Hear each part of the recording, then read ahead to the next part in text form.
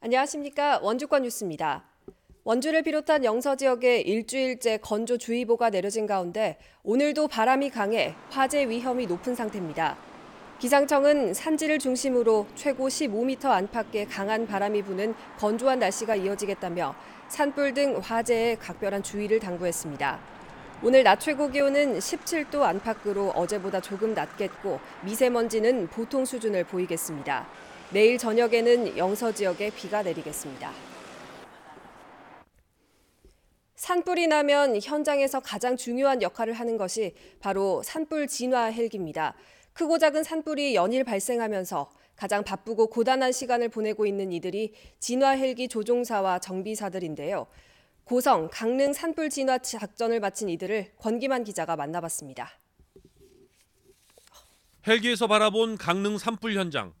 눈앞에 보이는 산 전체가 연기에 휩싸였습니다.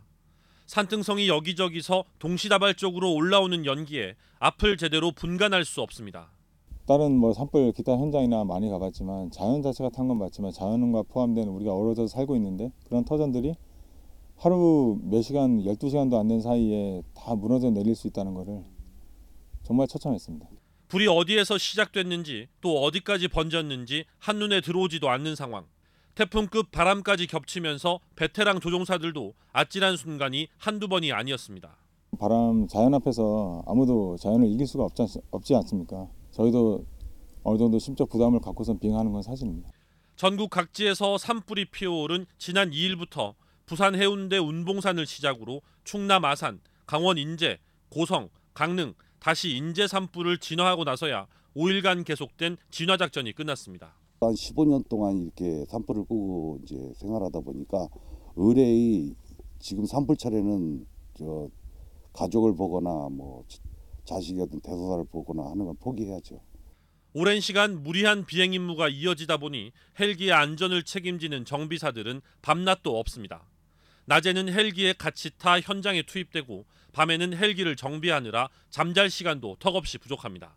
전쟁과 같은 시기이기 때문에 저희 항공본부 정비사분들은 밤낮을 가리지 않고 철저히 정비 수행해서 산불 임무에 헬기가 바로 투입할 수 있도록.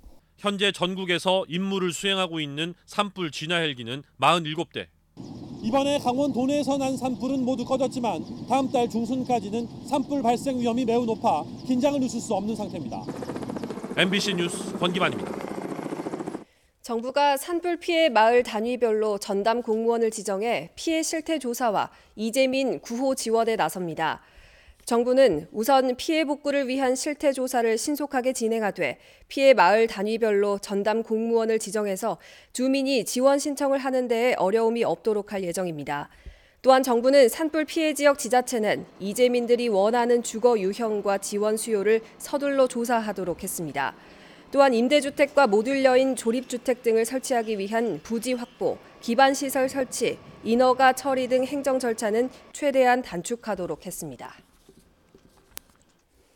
봄철 미세먼지 감축을 위해 시내 시외버스에 대한 배출가스 특별 점검이 실시됩니다. 평창구는 오는 12일까지 버스 차고지와 정류장에서 배출 허용 기준 초과 여부를 집중적으로 단속합니다.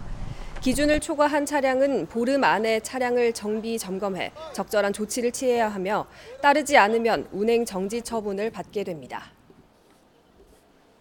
강원도가 올해 명장 제도를 첫 시행합니다. 강원도 명장 제도는 지난해 7월 강원도 명장 선정과 지원 조례 제정에 따라 도내 산업 발전을 이끌어온 우수 숙련 기술자를 선정하고 지원하게 됩니다.